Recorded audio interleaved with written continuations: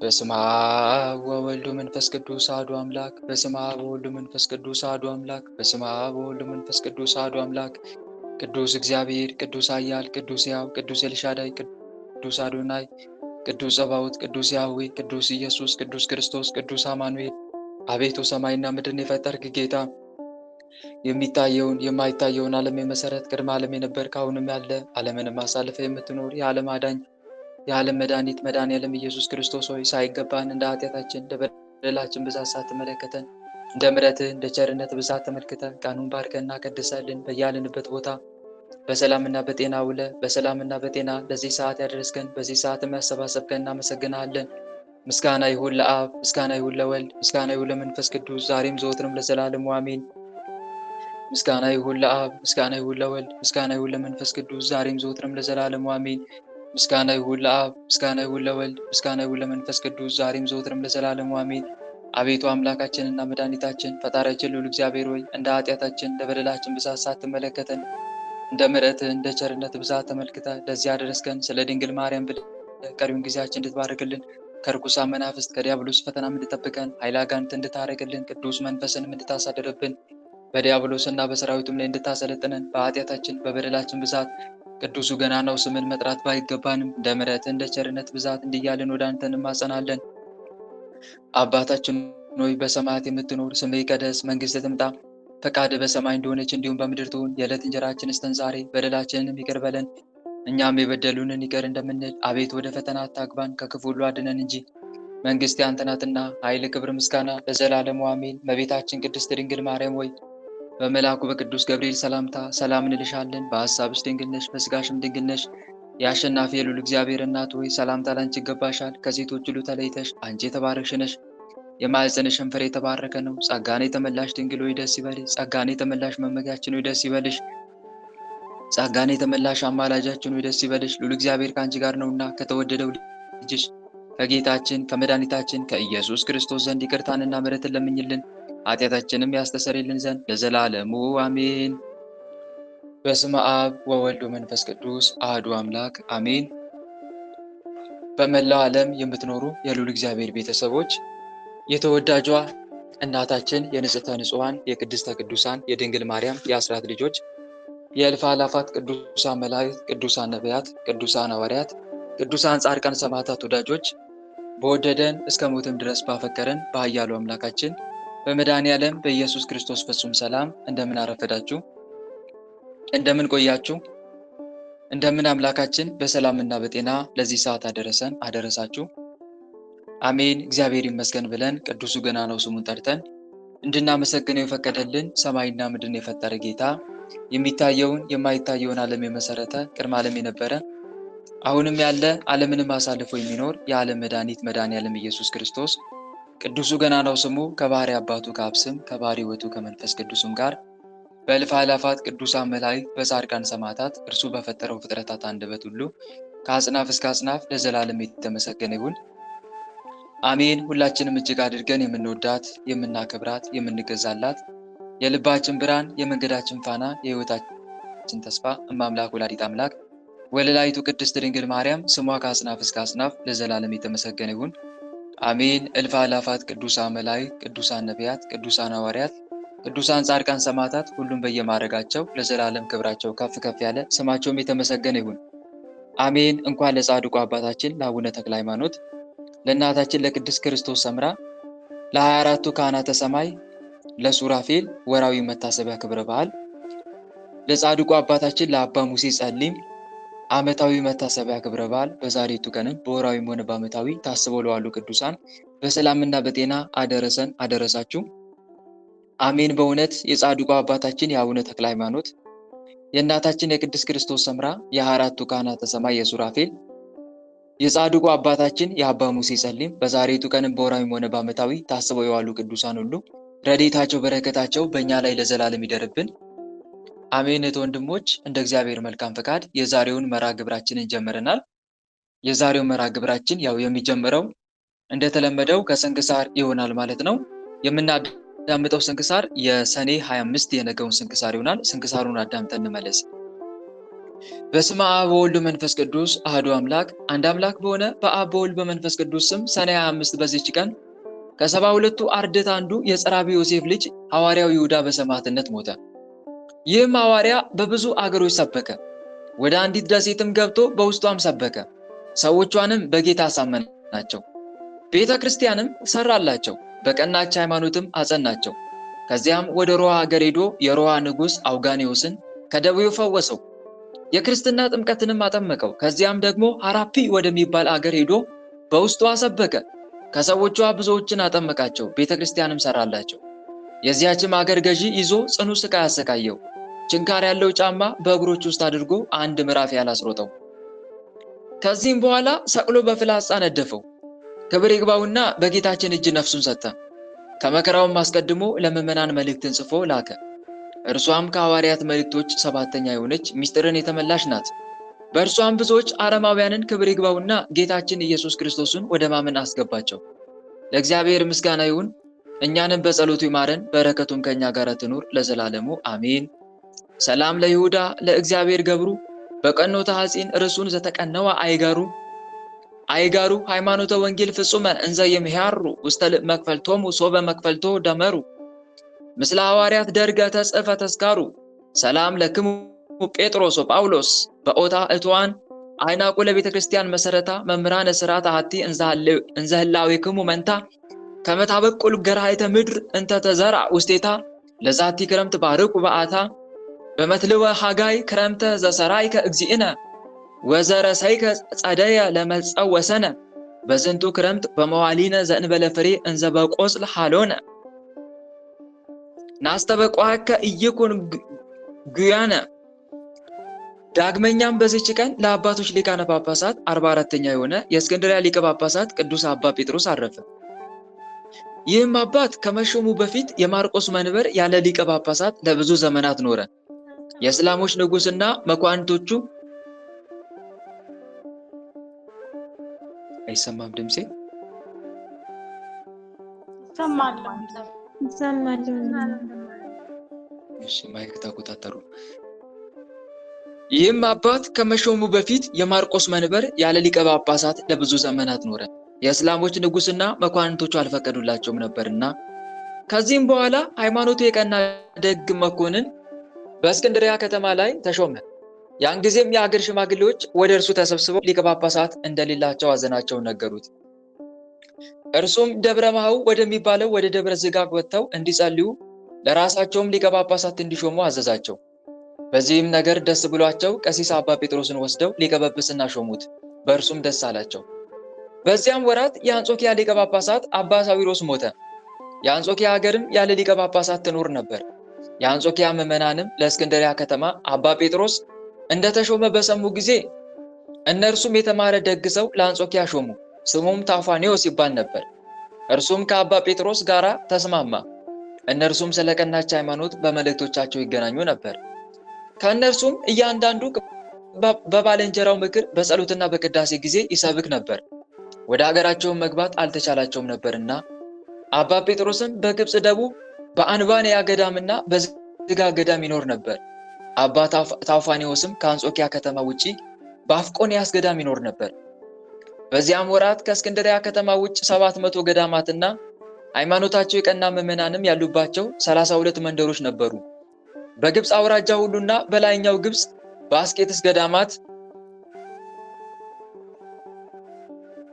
በአስቄጥስ ገዳማት የሚኖሩ መነኮሳት እንዲሁም ኖባና ኢትዮጵያ በዚህ በአባ ጴጥሮስ ስልጣን ስር ነበሩ።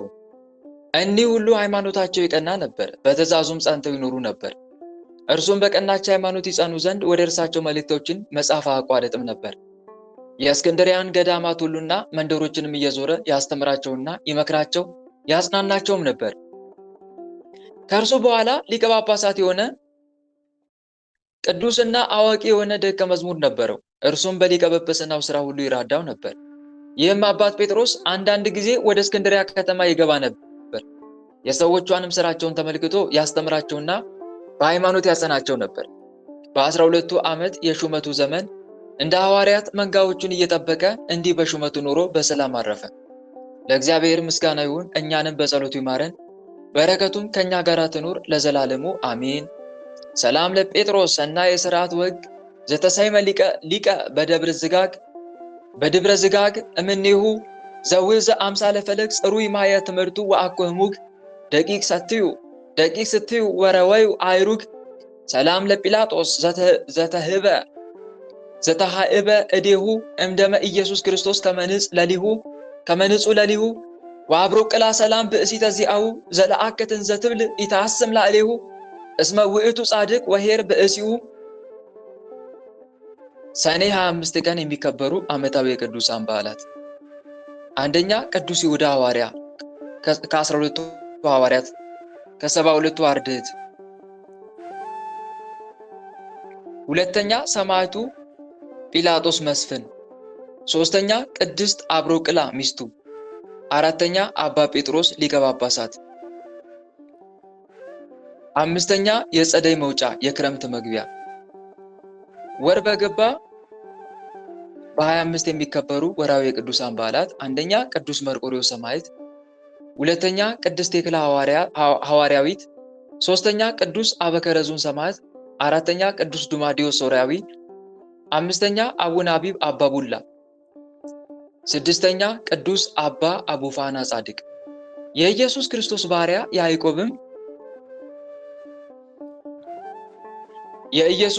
ባሪያ የያዕቆብም ወንድም የሆነ ይሁዳ በእግዚአብሔር አብ ተወደው ለኢየሱስ ክርስቶስም ተጠብቀው ለተጠሩ ምሕረትና ሰላም ፍቅርም ይብዛላችሁ። ወዳጆች ሆይ ስለምንካፈለው ስለ መዳናችን ልጽፍላችሁ እጅግ ተግቼ ሳለሁ ለቅዱሳን አንድ ጊዜ ፈጽሞ ስለተሰጠ ሃይማኖት እንድትጋደሉ እየመከርኳችሁ እጽፍላችሁ ዘንድ ግድ ሆነብኝ። የሐዋርያው የይሁዳ መልእክት ምዕራፍ 1 ቁጥር 1 እስከ 3። ጌታ ሆይ ከብልጽግናቸው ብዛት የተነሳ ብዙ መባ ካገቡት ይልቅ የዳይቱን አነስተኛ መባ እንደተቀበል ለሁል ጊዜ የሚያገለግሉ አእላፍ መላእክትን እያሳሰብን በችግራችን ጊዜ የምናቀርብልን ምስጋና ተቀበል። እናንተም ቅዱሳን ነቢያት፣ የወንጌል ሰባኪያን ሐዋርያ፣ ሰማዕታትና ጻድቃን፣ ትጉሃን መላእክት፣ ፍጹማን ደናግል እንዲሁም ደጋጎች መነኮሳት ሆይ ልጅ አዋቂ ሳይለይ የምንሰባሰብበትን ይህንን ጉባኤ ባርኩልን።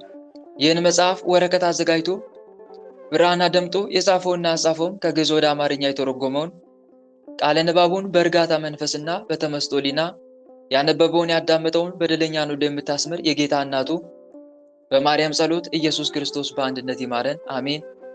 የሰማነውን አምላካችን ልዑል እግዚአብሔር በልቦናችን ጽላት ላይ ጻፈልን፣ በአእምሯችንም ላይ ይቅረጽልን። ቸሩ መድኃኔዓለም ከቅዱሳኑ ረድኤትና በረከትን ያሳትፈን፣ በምልጃቸውም ከኃጢአታችን ያንጻን፣ ከበደላችን የሚጠበን የስሙ ቀዳሽ የመንግስቱን ወራሽ ለመሆን ያብቃን። ልባችንን ለጽድቅ ሥራ አነሳሳልን፣ ወደ ቀናውና ወደ ምሕረት ጎዳናው ይምራን፣ ፍጻሜያችንም ያሳምርልን፣ አሜን። አባታችን ሆይ በሰማያት የምትኖር ስምህ ይቀደስ፣ መንግሥትህ ትምጣ፣ ፈቃድህ በሰማይ እንደሆነች እንዲሁም በምድር ትሁን። የዕለት እንጀራችንን ስጠን ዛሬ፣ በደላችንን ይቅር በለን እኛም የበደሉንን ይቅር እንደምንል፣ አቤቱ ወደ ፈተና አታግባን ከክፉ ሁሉ አድነን እንጂ መንግሥት ያንተ ናትና ኃይል፣ ክብር፣ ምስጋና ለዘላለሙ አሜን። እመቤታችን ቅድስት ድንግል ማርያም ሆይ በመልአኩ በቅዱስ ገብርኤል ሰላምታ ሰላም እንልሻለን። በሐሳብሽ ድንግል ነሽ፣ በሥጋሽም ድንግል ነሽ። የአሸናፊ የልዑል እግዚአብሔር እናት ሆይ ሰላምታ ላንቺ ይገባሻል። ከሴቶች ሁሉ ተለይተሽ አንቺ የተባረክሽ ነሽ፣ የማኅፀንሽም ፍሬ የተባረከ ነው። ጸጋን የተመላሽ ድንግል ሆይ ደስ ይበልሽ። ጸጋን የተመላሽ መመኪያችን ሆይ ደስ ይበልሽ። ጸጋን የተመላሽ አማላጃችን ሆይ ደስ ይበልሽ። ልዑል እግዚአብሔር ከአንቺ ጋር ነውና ከተወደደው ልጅሽ ከጌታችን ከመድኃኒታችን ከኢየሱስ ክርስቶስ ዘንድ ይቅርታንና ምሕረትን ለምኝልን ኃጢአታችንም ያስተሰርይልን ዘንድ ለዘላለሙ አሜን። እህት ወንድሞች፣ የዕለቱን ስንክሳር አዳምጠን ተመልሰናል። አሁን ቀጥታ የምንሄደው ከዕለቱ ስንክሳር ምን እንደተማማርን የምንመለከት ይሆናል ማለት ነው። እግዚአብሔር አምላክ ለሁላችንም ማስተዋሉን ያድለን፣ ሚስጥሩን፣ ጥበቡን፣ ዕውቀቱን ይግለጽልን፣ አሜን። እህት ወንድሞች፣ በሰኔ 25 ቀን ታስበው ከሚውሉ ቅዱሳን መካከል ከ72ቱ አርድእት አንዱ የጸራቢ ዮሴፍ ልጅ ሐዋርያው ይሁዳ በሰማዕትነት የሞተበት ወይም ያረፈበት ቀን ነው። ይህ ሐዋርያ የዮሴፍ ልጅ ነው። ዮሴፍ ሁለት ልጆች አሉት፣ ያዕቆብና ይሁዳ የሚባሉ ማለት ነው። ያዕቆብና ይሁዳ የሚባሉ ሁለት ልጆች አሉት። ዮሴፍ ማለት ነው የእመቤታችን እጮኛ ወይም ደግሞ እመቤታችን ለመጠበቅ የታጨ የተመረጠ የእሱ ማለት ነው እና ሁለት ልጆች አሉት ይሁዳና ያዕቆብ። በነገራችን ላይ የጌታ ወንድሞች ከሚባሉትም አንዱ አብሮ ከማደጋቸው የተነሳ ነው። ይህ ሐዋርያ በብዙ አገሮች እንደሰበከ ይነገራል። ወደ አንዲት ደሴትም ገብቶ በውስጧም እንደሰበከ፣ ሰዎቿንም ደግሞ በጌታ እንዳሳመናቸው፣ ቤተክርስቲያንም እንደሰራላቸው፣ በቀናች ሃይማኖትም እንዳጸናቸው ይነገራል። ከዛም ወደ ሮማ ሀገር ሄዶ የሮማ ንጉሥን በተአምራት ፈውሶ የክርስትና ጥምቀትን ካጠመቀ በኋላ ወደ ሌላ ሀገር ሄዶ እዛም ብዙ ሰዎችን እንዳጠመቃቸው ቤተክርስቲያንም እንደሰራላቸው ይነገራል። ታዲያ እንደገናም ደግሞ እዛ ቦታ አብዛኛው አመነ፣ የቀሩት ደግሞ በጣም መከራ ማጽናት ጀመሩ። በተለይ ንጉሱ ከፋበት፣ ሐራፒ ወደሚባል ቦታ ማለት ነው። እዛ ከፍቶበታል። የዚያችም ሀገር ገዢ ጽኑ ስቃይ አሰቃይቶታል። ካሰቃየውም ስቃይ አንዱ ምንድነው? ችንካር ያለበት ጫማ ጫምቶ አንድ ምዕራፍ ያክል አስሮጦታል። ያም አልበቃ ብሎት በፍላጻ አስነድፎታል። በዚህም ሐዋርያው ይሁዳ በሰማዕትነት ነፍሱን አሳልፏል ወይም ደግሞ በአምላኩ እጅ ሰጥቷል ማለት ነው። ከዛ አስቀድሞ ግን ለምዕመናን መልእክትን ጽፎ ነበረ። ያቺ መልእክት ደግሞ ከሐዋርያት መልእክቶች ሰባተኛ የሆነች ምስጢርን የተመላች መልእክት ናት። በእርሷም ብዙዎች አረማውያንን ሰብኮ መልሷቸዋል ማለት ነው። ይሄ ቅዱስ ነው፣ በነገው ቀን ታስቦ የሚውለው ማለት ነው። የዚህ ሐዋርያው ይሁዳ መልእክት፣ የዚህ ሐዋርያው ይሁዳ ረድኤትና በረከት በሁላችንም ላይ ይደርብን፣ አሜን። ሁለተኛው በእስክንድርያ ሀገር ሊቀ ጳጳሳት ሆኖ ከተነሱት መካከል አንዱ አባት ጴጥሮስ ያረፈበት ቀን ነው። ይህም አባት የተሾመበት ምክንያት ግብፅ ሀገር ለብዙ ዘመናት በእስላሞች ተጽዕኖ አማካኝነት ሊቀ ጳጳስ ሳትሾም ቆይታ ነበር። ሊቀ ጳጳስ ያልሾመችበት ምክንያት ደግሞ ምንድነው? ሙስሊሞች ተጽዕኖ ይፈጥሩ ነበር። በተለይ ግብፅ ሀገር ያሉትን ክርስቲያኖች ሙስሊሞች ለማጥፋት ያላደረጉት ጥረት የለም። መጀመሪያ የግብፅ ክርስቲያኖች በሮማውያን ነገስታት ይፈተኑ ነበረ። ሮማውያን የኛን ካቶሊክ ጳጳስ ካልተቀበላችሁ በጭራሽ አንፈቅድላችሁም እያሏቸው የራሳቸው ሊቀ ጳጳስ እየሾሙ ያስጨንቋቸው ነበር። መጨረሻ ላይ በሰባተኛው ክፍለ ዘመን ሙስሊሞች መንቀሳቀስ ተጀመሩ። የመሐመድ እንቅስቃሴ ማለት ነው። ጂሃድ መንቀሳቀስ ተጀመረ። በጂሃድ የዚህን ሰዓት ከተወረሩት ከተሞች አገራት መካከል አንዱ ደግሞ ግብፅ ናት። ታዲያ ግብፅ ሙሉ ለሙሉ በሙስሊሞች ቁጥጥር ስር ዋለች። ከዛ ሰዓት ጀምሮ ሙስሊሞች ባገኙት አጋጣሚ በሙሉ ክርስቲያኖችን ለማጥፋት ያላደረጉት ጥረት የለም። መጀመሪያ አካባቢ የተስማሙ መስሎ ነበር። ከዛ በኋላ ግን መንግስትን ከተቆጣጠሩ በኋላ ባገኙት አጋጣሚ በሙሉ ክርስቲያኖችን ይጮቁኑ ነበር። ከሚጮቁኑባቸው ሲስተሞች መካከል ደግሞ አንዱ ምንድነው? ሊቀ ጳጳስ እንዳይሾሙ ይከለክሉ ነበር። ወይም ደግሞ ሊቀ ጳጳስ ያሾሙና በሊቀ ጳጳሱ አማካኝነት የምዕመኑን ወርቅ ያስገብሩ ነበር። ሊቀ ጳጳሱን ያስጨንቁታል። ወርቅ ከምዕመናኖች ለምነ አምጣና ገብረልን ይሉት ነበር፣ ያስጨንቁት ነበር። ግፍ ሲያደርሱባቸው ጊዜ የኢትዮጵያ ንጉስ ነበር የሚረዳቸው። የኢትዮጵያ ንጉስ እንደነ ይምርሃነ ክርስቶስ፣ ሌሎችም እንደነ አኩቶ ለአብ ያሉ ነገስታት አባይን እንገድብባቸዋለን፣ ሊቀ ጳጳሱን አታሰቃዩ፣ ክርስቲያኖችን የምታሰቃዩ ከሆነ አባይን እንገድብባቸዋለን ብለው ያስፈራሯቸው፣ ይገድቡባቸውም ነበር። ታዲያ ግብፅ በድርቅ ትመታ ነበረም። የግብፅ ተስፋዋ አባይ ወንዝ ነው። ዝናብ አይዘንብም እንደ ኢትዮጵያ። በዚህ አማካኝነት ታዲያ ሙስሊሞች መከራው ሲደርስበት ክርስቲያኖችን ንጉስ ይለማመጥ ነበር። ታዲያ በዚህ አማካኝነት ግብፅ ላሉት ክርስቲያኖች እረፍት ይሰጣቸው ነበር። እንደገና አሁንም ተመልሰው ይከፉባቸው ነበር። እንደውም አንድ ጊዜ የኢትዮጵያ ንጉስ ዘምቶ ሁሉ ነበር ወደ ግብፅ ሀገር ሄዶ ማለት ነው። እና በዚህ አማካኝነት በጣም ያሰቃዩቸው ነበር። ታዲያ እነሱ ለማዳከም ሊቀ ጳጳስ ሁሉ እንዳይሾሙ ይከለክሏቸው ነበር።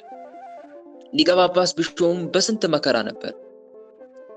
እና በዚህ አማካኝነት ነው ግብፅ ሀገር ሊቀ ጳጳስ ሳታገኝ ቆየችው ማለት ነው።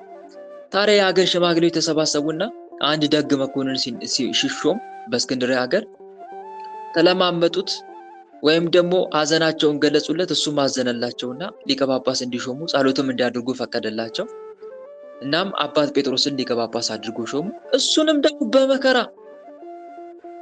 ከከተማ ውጭ ተደብቆ ይኖር ነበር። ሊቀ ጳጳሱ ተደብቆ እየኖረ ምዕመናንን በስንት መከራ ነበር የሚጎበኛቸው። ግብጽ ውስጥ በጣም ፈተና ነው። ሙስሊሞች ቀኝ እስከሚይዙ ድረስ በጣም የዋህ ፍቅር በፍቅር ነው የሚሆኑት። ከዛ በኋላ ኢትዮጵያም እኮ እንደዛ ነው በነገራችን ላይ። ኢትዮጵያም በቁጥር እስኪበልጡ ድረስ ነው። ይሄ የተደበቀ አጀንዳ አይደለም። ሲፎክሩ አልሰማችሁም? ወንድሞች አልሰማችሁም? የሆነ ቪዲዮ ራሱ አለቀኩላችሁ ከዚህ በፊት አላያችሁትም? ንገሩኝ እስቲ። ሲፎክሩ አደራጅተናል እንቆጣጠራለን አይነት ነገር ዛቻ ሲያሰሙ አልሰማችሁም? ልክ በቁጥጥር ስር እና ለጊዜው ቦታቸውን እስከሚያገኙ ድረስ ፍቅር ነው የሚሆኑት። እኛ ሰላም ነን፣ እኛ በእንትን ውስጥ የሌላን ሃይማኖት አንነካም፣ እኛ በሌላ ሃይማኖት እንድንደርስ አልተፈቀደልንም ይላል። ግን አልተፈቀደንም ቢሉ ያንን ደግሞ የሚያፈርስ ደግሞ ቃል ስላላቸው በዚህ አማካይነት ገባንባችሁ ይላሉ። እስካልነኩን ድረስ አንነካችሁም ይላሉ። ከዛ በኋላ እንዲነኩ ሆን ብለው ምክንያት ይፈጥራሉ። ተነካም በሚል ሰበብ ደግሞ ጦርነት ይፈጥራሉ ማለት ነው። እንዴ ለምን ነካችሁ? አንነካም አላላችሁም ነበር ስትሏቸው እንዴ ነካችሁን በሚል ሰበብ የማጥፋት ስራ ይሰራል ማለት ነው። ግን ለጊዜው በተለይ በቁጥር አናሳ የሆኑበት ቦታ ላይ ፍቅር በፍቅር ነው የሚሆኑት። እንደነሱ የዋህ እንደነሱ ቅን የለም። ግን የበላይነት ካገኙ አንድ የበላይነት እጃቸው እስከገባ በኋላ በቃ በዘፈቀደ መኖር አይፈቀድም ማለት ነው። አሁን ግብጽ ሀገር ውስጥም እንደዛ ነበር። ይሄንን በግብጽ ሀገር ውስጥ ግብጽ ለኛ ሕያው ምስክር ናት። ለስንት ዘመን ስትጮቀን ነበር። የኢትዮጵያ ንጉስ ነው መጥቶ የሚረዳቸው። ቅድም እንደነገርኳቸው አባይን እየገደበ አንድ አስፈላጊ ሆኖ ከተገኘም ሰራዊት ልኮ እየዘመተባቸው ሊቀ ጳጳሱን ሄዶ ሁሉም ያስፈታበት ጊዜ ያለው እኮ ባይገርማችሁ። የግብጽ ሊቀ ጳጳስ ሲታሰር ሄዶ ያስፈታል። ምክንያቱም የግብጽ ሊቀ ጳጳስ የማን ጳጳስ ስለሆነ። እኛ በማን ሲኖዶስ ስር ነበር በሳሳት የምንተዳደረው? ንገሩኝ። በግብጽ ሊቀ ጳጳስ ስር ነው አይደል? ሲኖዶስ የለንም። ስለዚህ የነሱ ሊቀ ጳጳስ የኛም ሊቀ ጳጳስ ስለሆነ ሄደን እንዘምት ነበረ ማለት ነው። እንዲህ አይነት ግፍ ያደርሱባቸው ነበር። በጣም በጣም ከባድ ነው ብቻ እና ሊቀ ጳጳስ ከዛ በኋላ ይሄም ሊቀ ጳጳስ አባ ጴጥሮስም ተሹሞ ከተማ ውጭ ሆኖ ነበር። በድብቅ ነበር ምዕመናኑ የሚጎበኛቸው በድብቅ። እንደዚህ እየታገሉ ነው እስካሁን ድረስ ሃይማኖታቸውን እስካሁን ድረስ ያቆዩት። እስካሁን ድረስ እየታገሉ አሁንም ድረስ እኮ ይገደላሉ። አይገደሉም? ግብጽ ሀገሩ ሰማዕትነት የለም? አሁንም አለ የለም? ወንድሞች አለ እኮ አሁንም። የተወሰነ ጊዜ ይመጣና እንደገና አሁን ለጊዜው ቆም ይላል። እያረሳሱ እንደዛ ሆኖ እኮ ነው የተመናመኑት እስካሁን ድረስ። የሆነ ጊዜ መተው ይጨፈጭፏቸውና ጸጥ ይላሉ። አረሳስተው ደግሞ አሁንም ይመጡና ጭፍጭፍ አድርገው ጸጥ። አሁንም እኛ ኢትዮጵያ ውስጥም እየተሰማ ነው አይደል እንዲህ አይነት ነገር። በቅርቡ የት ገዳም ነበረ የተጨፈጨፉት መነኮሳት? ንገሩኝ እስቲ የት ነበር የተጨፈጨፉት የሰማችሁት? ዛቆላ ጻድቁ አባታችን አቡነ ገብረ መንፈስ ቅዱስ ዝቋላም ገዳም ማለት ነው። ልክ እንደዛ ማለት ነው። ግብጽ ሀገር እንደዛ እየሆኑ ነበር። ለጊዜው ጭፍጭፍ ያደርጓቸውና መለስ ይላሉ ደግሞ ተመልሰው። ከዛ ሀዘናቸውን ሲረሱ ድንገት ይመጡና አሁንም ጭፍጭፍ፣ ከዛ ጸጥ። እንዲህ ያደረጉ ነበር እንጂ ግብጽ እኮ ድሮ ከእንትን ጂሃድ ከመታወጁ በፊት በግብጽ ሀገር ክርስቲያኖች ነበር በቁጥር የሚበልጡት። የቀረው አረማዊ ነው ወይም ደግሞ ጣዖት አምላኪ ነው እንጂ አብዛኛው ክርስቲያን ነበር። እና እንዲህ የተደረገ ነበር የተፈጸመባት ግብጽ ማለት ነው። አሁንም በፖለቲካ እኮ ነው ያዟቸው። ፖለቲካ ማለት ቁልፍ ቦታ በተለይ በግብጽ ሀገር ዋና ቦታዎች ላይ ክርስቲያኖች ናቸው የተቀመጡት እና በዚህ አማካኝነት ነው እንጂ ከባድ ነው ግብፅ ሀገር እና ድሮም አልቀረላትም። ያ አሁን ያለው ጭቆና ድሮም ነበረ ለማለት ፈልጌ ነው ይሄ ሁሉ ያነሳሁት። አንጾኪያ ሀገርም አንጾኪያን ሶሪያውያን ናቸው። እነሱም ልክ እንደዚሁ ሙስሊሞች ከመምጣታቸው በፊት ካቶሊክ ንጉስ ያስጨንቃቸው ነበር አንጾኪያውያንን ማለት ሶሪያውያንን። በዓለም ላይ ደግሞ በጣም በእምነታቸው ጠንካራ የተባሉት ሀገራት እነኚህ ሁለት ሀገራት ናቸው፣ ግብፅና ሶሪያ ወይም አንጾኪያና እስክንድሪያ ይባላሉ። እነኚህ ሁለቱ ናቸው። በጣም የምትበልጠው ግብፅ ናት። ከግብፅ ቀጥሎ ደግሞ አንጾኪያ። ሁለቱም ደግሞ በጣም የሚገርም ትምህርት ቤት ያላቸው ሀገራት ናቸው። ከዛ ከጂሃድ ታወጀ። ጂሃድ ሁለቱንም ሀገራት ወሯቸዋል፣ ግብፅንም አንጾኪያንም። አሁን ሶሪያ ሀገር ክርስቲያን ነው የሚበልጠው ሙስሊም ነው? ንገሩኝ። ማን ነው የሚበልጠው? ይሄ ሁሉ ያመጣው ምንድነው? ጂሃድ። ከጂሃድ በፊት ግን እኮ ሶሪያ የክርስቲያን ደሴት መናኸሪያ ነበረች። የእነ ቅዱስ ኤፍሬም ሀገር እኮ ናት። ድሮ እኮ እንዳለ በክርስትና ነው የምትታወቀው ሶሪያውያን። የክርስቲያን ደሴት። እነ ቅዱስ ጳውሎስ እኮ ሰብከውባታል። እነ ቅዱስ ጳውሎስ በተደጋጋሚ ሰብከውባታል። ወደ ደማስቆ እየሄደ ሁሉ እንደውም ወደዛ ሲሄድ አይደል እንደ ጥሪ የተደረገለት ጳውሎስ ሳውል ስለምን ታሳድደኛለህ የተባለው። እና አንጾኪያ ሀገር በጣም በብዙ ጊዜ ሰብኩባታል። ቅዱስ ጳውሎስ ከሁሉም ሀገሮች አንጾኪያን ይወዳታል። ሌሎችም ሰብከውባታል። እነ ቅዱስ ጴጥሮስም ሰብከውባታል። እነ በርናባስ ሰብከውባታል። ብዙ ሐዋርያት እዛ ቦታ ሄደው ሰብከውባታል። የክርስቲያን ደሴት ነበረች ባጭሩ አንጾኪያ ማለት ነው። እና ተመልከቱ፣ ጂሃድ ተጀመረ በ7ኛው ክፍለ ዘመን። ሁለቱም ከተሞች ግብፅና አንጾኪያ በቁጥጥር ስር ዋሉ። ከዛ ሊቀ ጳጳስ እንዳይሾሙ ይጨቆኑ ነበር። ይኸው ቅድም ስንክሳሩ እንደሰማችሁት አንጾኪያ ሀገርም ሊቀ ጳጳስ እንዳትሾም ተከልክላ ነበር። አንጾኪያ ሀገርም ከዛ ግብጾች ሰሙና እነሱም ሾሙ አንጾኪያውያን። ከዛ ሁለቱም ሊቀ ጳጳሳት ተደብቀው ነበረ ህዝቦቻቸውን ምዕመናንን ሲያስተዳድሩ የነበሩት ማለት ነው። እንዲህ አይነት ግፍ ተደርጎ ነበረ ለማለት ፈልጌ ነው። ኢትዮጵያ ግን የእግዚአብሔር ፈቃድ ሆኖ ክርስቲያን ንጉስ ነበረ ሲመሯት የነበረው በዛ ሰዓት። ኢትዮጵያ በዛ ሰዓት ታድላለች።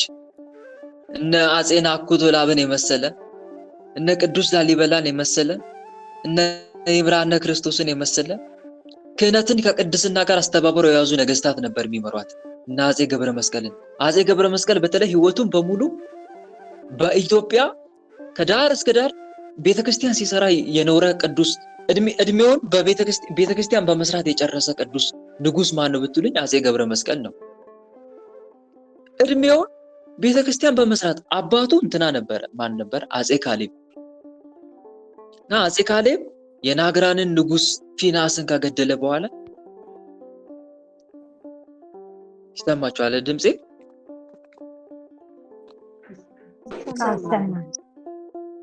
መልካም። የናግራንን ንጉስ ፊናስን ከገደለ በኋላ ይሄን ውለታ ላደረገልኝ አረማውያንን እንዳጠፋ ኃይል የሰጠኝ ጌታዬን ምን ውለታ ለዋላለና አስቦ እኔማ መመንኮስ ይሻለኛል፣ ከዚህ በኋላ በንግስና አልቀመጥም። የኢትዮጵያ ንጉስ እኮ ነው፣ ይገርማቸዋል። ከዚህ በኋላ አልቀመጥም ብሎ ንግስናውን ለአጼ ገብረ መስቀል አሳልፎ እሱ መነኮሰ። አጼ ካሌብ ዘውዱን ኢየሩሳሌም ጎልጎታ መቃብር ላይ እንዲያስቀምጡለት አድርጎ ከዛ በዋሻ ውስጥ መጋደል ጀመረ። አጼ ገብረ መስቀል ልጁ ነገሰ። አጼ ገብረ መስቀል ታዲያ እድሜ ልኩን ቤተክርስቲያን በማሳለፍ ያሳለፈ ንጉስ ነው። ማይካችሁን ፕሊስ ተቆጣጠሩ፣ ይረብሻል እኮ ሐሳብ ይሰርጋል። እና እድሜ ልኩን ቤተክርስቲያን በመስራት ያሳለፈ ነበረ። ታዲያ ኢትዮጵያ በአጼ ገብረ መስቀል ጊዜ ደግሞ ታላቅ ቅድስት አለች። ማናት? ንገሩኝ እስቲ ያቺ ቅድስት። እንደውም አጼ ገብረ መስቀል ሸልሟታል በቅድስናዋ ላይ። በትክክል ቅድስት ክርስቶስ ሰምራ ቅድስናዋ በተለይ ከባሏ ጋር ሆና የምትኖረው የቅድስና ህይወት ብዙዎችን ይማርካል። አጼ ገብረ መስቀል በእሷ ቅድስና ተደንቆ ባሪያዎችን እንደገና ብዙ ወርቅና ልብሶችን ሸልሟት ነበር ለቅድስት ክርስቶስ ሰምራ ማለት ነው። እና አፄ ገብረ መስቀል ማለት እሱ ነው። ቤተክርስቲያንን እድሜ ልኩን በመስራት ያሳለፈ ነበር እና በዛ ሰዓት ኢትዮጵያ ህዝቦቿም የተባረኩ ነገስታቶቿም የተባረኩ ስለሆኑ በጣም ደስ በሚል ሁኔታ ክርስትና እየተፋፋመበት የነበረበት ጊዜ ነበር። በዚህ ሰዓት ታዲያ ግብጽና አንጾኪያ ደግሞ እጅግ በጣም መከራ ውስጥ ነበሩ። እጅግ በጣም ብዙ ፈተና ውስጥ ነበር ያሳለፉት ማለት ነው። ከዛ በኋላ እንግዲህ የእግዚአብሔር መልካም ፈቃዱ ሆኖ እነኚህ ሁለቱ ቅዱሳን ማን ነው የእስክንድርያው ሊቀ ጳጳስ አባ ጴጥሮስ አረፈ፣ በሰማዕትነት አረፈ። ግን በድብቅ ሆኖ ክርስቲያኖችን እየጎበኘ መልካም ግብራቸውን እየተመለከተ ያስተዳድር ነበር። የኢትዮጵያ ንጉስም ኢትዮጵያ ደግሞ ሊቀ ጳጳስ የሚመጣላት ከግብጽ ነበር። ሊቀ ጳጳስ ይመጣላታል። ያ ሊቀ ጳጳስ ኢትዮጵያ ከመጣ በኋላ ዲያቆናት ይሾማል፣ ካህናት ይሾማል፣ ሌሎችንም እየሾመ ያስተዳድር ነበር ማለት ነው። በዚህ አማካይነት ነበር ያለፉት ማለት ነው። በእውነት የእነኚህ ቅዱሳን ረድኤታቸው በረከታቸው በእኛ ላይ ለዘላለም ይደርብን፣ አሜን። ይህን ይመስላል ወንድሞች። የዛሬው ስንክሳር ብዙም አይደለም፣ ትንሽ ነው። ለዛሬው እዚህ ጋር ይበቃናል። በዚህ መልኩ ያስተማረን የመከረን የገሰጸን አምላካችን ልዑል እግዚአብሔር በእውነት ስሙ ከአጽናፍ እስከ አጽናፍ ለዘላለም የተመሰገነ ይሁን። እኛም በሰማነው ቃል በተማርነው ትምህርት 30 60 መቶ የምናፈራ አድርገን የስሙ ቀዳሽ የመንግስቱን ወራሽ ለመሆን ያብቃን፣ አሜን። ከዛሬው ስንክሳር በዋናነት የምንማረው ነገር ምንድነው? ደግ በሆነ ሰዓትም ክፉ በሆነ ጊዜም በእምነታችን መጽናት እንዳለብን ነው። ደስ የማያሰኝ ጊዜም አለ፣ ደስ የሚያሰኝም ጊዜ አለ። የጭንቀት ጊዜም አለ፣ ደግ ዘመንም አለ። ታዲያ በማንኛውም ጊዜ እኛ ምን ጊዜም በእምነታችን መጽናት እንዳለብን ነው። አሁንም ኢትዮጵያ በጣም ፈተና ውስጥ ናት አይደል ያለችው? በጣም ፈተና ውስጥ ናት ያለችው፣ በተለይ በቤተ ክህነቱ በኩል ቢሆንም በቃ እኛ በእምነታችን መጽናት ያለብን። ሌላውን በተለይ እህት ወንድሞች ፕሊስ የበላዮቻችን እያየን መሰናከል የለብንም። እሺ የበላዮቻችን እያየን እንደዛ የሚሰናከሉ ሰዎች የሉ። የበላዮቻቸውን እያዩ ጳጳሱ ሲሰናከል እያዩ፣ ካህኑ ሲሰናከል እያዩ፣ ዲያቆኑ ሲሰናከል እያዩ በቃ እምነታቸውን ጥርጣሬ ውስጥ የሚያስገቡ ምዕመናን አሉ። መሆን ግን የለበትም። እኛ ማየት ያለብን ማንን ነው? እህት ወንድሞች? ጉልላቷ ማን ነው? የቤተ ክርስቲያን ጉልላቷ ማን ነው? ክርስቶስ ነው አይደል? ስለዚህ እሱን ነው ማየት ያለብን። እረኞቹ ያልተገባ ድርጊት ሲያዩ ብንመለከት እነሱን ተመልክተን መሰናከል የለብንም። እኛ የምንከተለው ቸሩ መድኃኔዓለም ኢየሱስ ክርስቶስን ነው። እነሱን የምንታዘዛቸው የምንሰማቸው በትክክለኛ ሃይማኖት እስኪሄዱ ድረስ ነው። እግዚአብሔር የሚቃወም ነገር አድርጉ እስካላሉን ድረስ እንታዘዝላቸዋለን። ፈጣሪን የሚቃወም ነገር እስካላዘዙን ድረስ እስካልተገበሩ ድረስ እንታዛለን። ከዛ ውጪ ግን አንታዘዝም። ይሄ መረዳት አለብን። ለዛ ነው ቸሩ መድኃኔዓለም ቀኝ ዓይን ብታሰናክል አውልቀ ከአንተ ጣላት፣ ሁለት ዓይን ኖሮ ገሃነም ከምትገባ አንድ ዓይን ኖሮ ገነት መንግስተ ሰማይ ብትገባ ይሻላል ያለው እኮ ይሄ ነው። አንድ ዓይን እኮ የተባለችው አንድም የሃይማኖት መሪ እኮ ነው። ወይ ሊቀ ጳጳስ ወይ ካህን፣ ንስሐ አባትም ሊሆን ይችላል። ዓይን የተባለው ማለት ነው። አይንተ እግዚአብሔር ካህናት የሌለ መጽሐፍ የእግዚአብሔር ዓይኖች ይላቸው የለ። ታዲያ እነሱ ድንገት ከሃይማኖት ቢስቱ ወይም እግዚአብሔርን የሚቃወም ነገር እንድናደርግ ወይም በዛ እንድንመራ በዛ መንገድ እንድንጓዝ ካደረጉ አንታዘዝም ማለት ነው። ለሊቀ ጳጳሱ ለካህኑ ታዘ ገሃነም ከምትገባ ከጳጳሱ ጋር አብረን እምቢ ብለ ለሱ ሳትታዘዝ ቀርተ ነፍስን ብታድን ይሻላል ማለት ነው። አንድ ትርጓሜ ላይ አለ መጽሐፍ የወንጌል አንድምታ ትርጓሜ ላይ መመልከት ትችላላችሁ። ምን ማለት ነው ብላችሁ ብታነቡ እንደዚህ ያለ ተረጉምላችኋል። እና አንድ የምንማረው ትምህርት ይሄ ነው ወንድሞች። ስለዚህ በክፉ ዘመንም በመልካም ዘመንም መጽናት አለብን። በእምነታችን መጽናት አለብን። በምግባር በትሩፋት ማደግ ሃይማኖታችን እስከ መጨረሻው ድረስ መጠበቅ እንዳለብን ነው የምንማረው ማለት ነው። ይህን ይመስላል። በዚህ መልኩ ያስተማረን፣ የመከረን፣ የገሰጸን አምላካችን ልዑል እግዚአብሔር ስሙ ከአጽናፍ እስከ አጽናፍ ለዘላለም የተመሰገነ ይሁን። እኛም በሰማነው ቃል በተማርነው ትምህርት 30፣ 60፣ 100 የምናፈራ አድርገን የስሙ ቀዳሽ የመንግስቱ ወራሽ ለመሆን ያብቃን። አሜን። ወስብሐት ለእግዚአብሔር ወለወላዲቱ ድንግል ወለመስቀሉ ክቡር። ይቆየን። አሜን። አሜን።